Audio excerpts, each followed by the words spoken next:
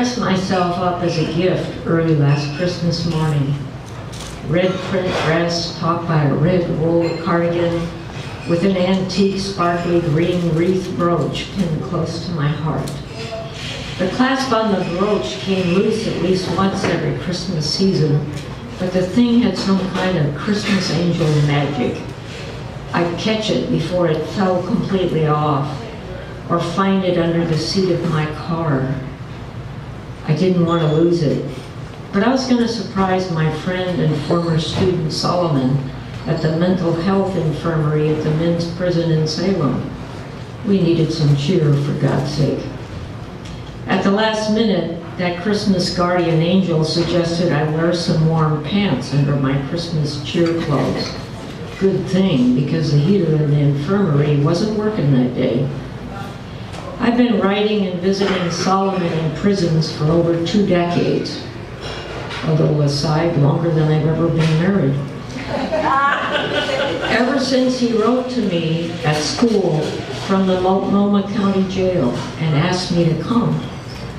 What he'd done was horrible. He'd killed a woman. He admitted it. Execution was being discussed. But I saw no reason not to go. Solomon was much more to me than the guy who looked like a crazed monster in the Oregonian photo. He was a 13-year-old boy who loved books by Walter Dean Myers and learned to write with me the way he talked. A harder thing to do than it seems. He was the black kid who gave one of the white girls in his class kind and gentle advice on how she could make friends, and talked to me as if I were more his age and color than the middle-aged white schoolteacher I was. He was the short, muscular guy in the second row who walked and sat like his bones were only loosely connected, and greased and brushed his hair until it sat in waves on the sides of his head. He was the boy whose laugh sounded like music.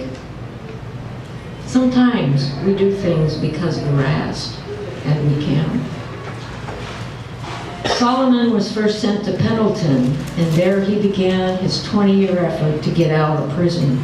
He took every class and participated in every mental health improvement group the prison would let him into. When the state legislature decided prisoners needed to work and could only take the college classes they could pay for, he went to work for 10 cents an hour, making blue denim jeans with the orange Oregon prison logo on the front, known as prison jeans. He became drug-free, gang-free, and he was learning Spanish with the help of his Cuban lover when he was transferred to Snake River in Ontario, the last town on the Oregon-Idaho border, a desert of a place. And there he wrote songs and choreographed dances for his church group. He set himself on a course to be ready to apply for parole as soon as it was possible. If he would have succeeded, he would have been 38, almost 39 when he got out, young enough to make a new life. What is the debt owed for taking a life? When is anyone reformed, redeemed? Should we be defined forever by our worst act? After the parole board turned him down, Solomon's letters became more rant than news and reflection. He began to write about the black men he was with as niggers, and the woman he killed as a whore whose life didn't matter. I tried to find the words that might help him turn from his anger back to his deeper place, back to the smart, gentle, creative person he also was. When he wrote late last fall and said he'd been moved to the mental health infirmary in Salem, I decided to go and see him. Christmas seemed like a good day. I was careful to arrive in time to check in at the main visitors building and be processed before the visit time.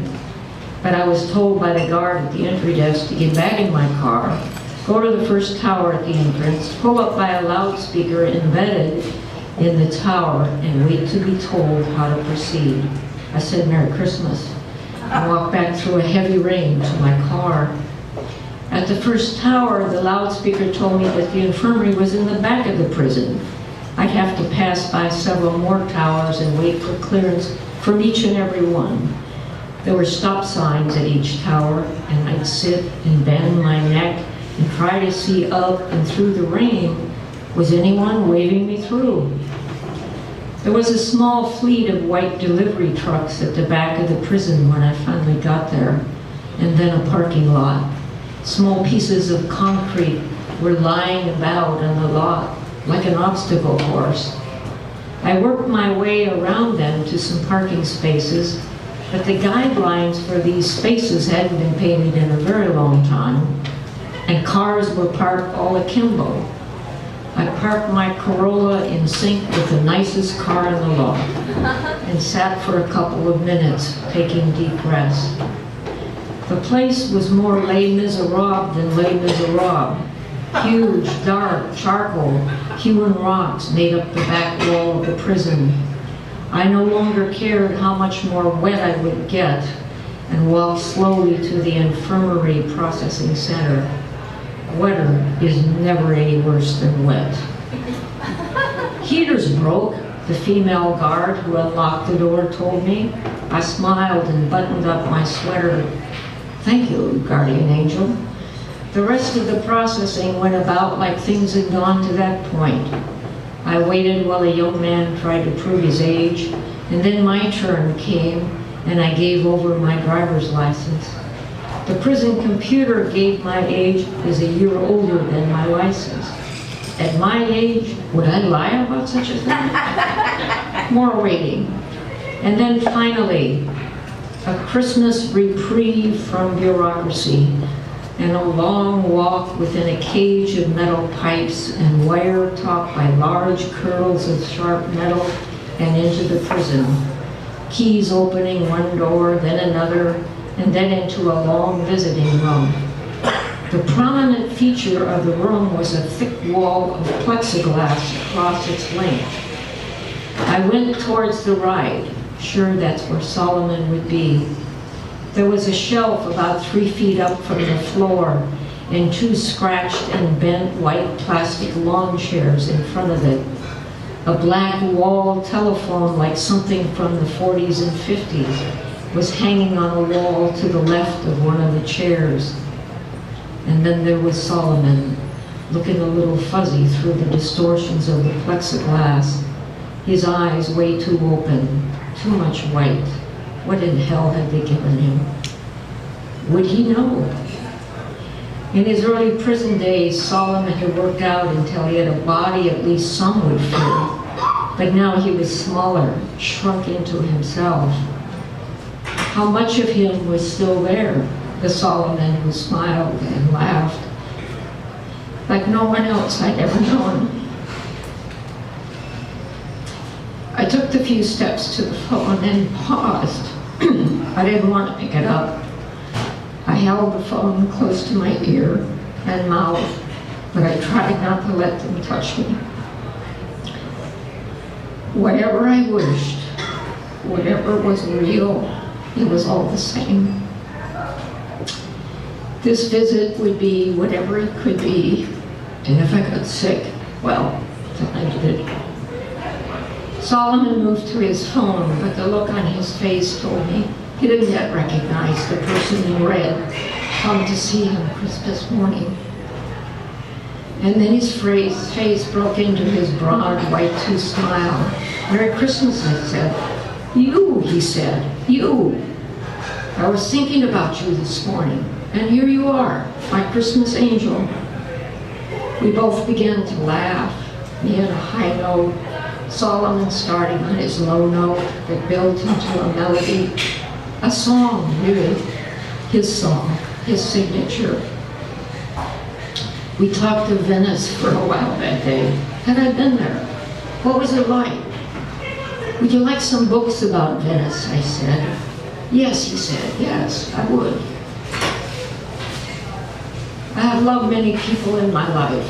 Husbands, lovers, my child, friends, family. But students have had their own special category where words like fond and I care feel right. And so I wonder, are there enough kinds of love to cover the bond between a middle-aged black man and an old white woman? I don't know, but maybe.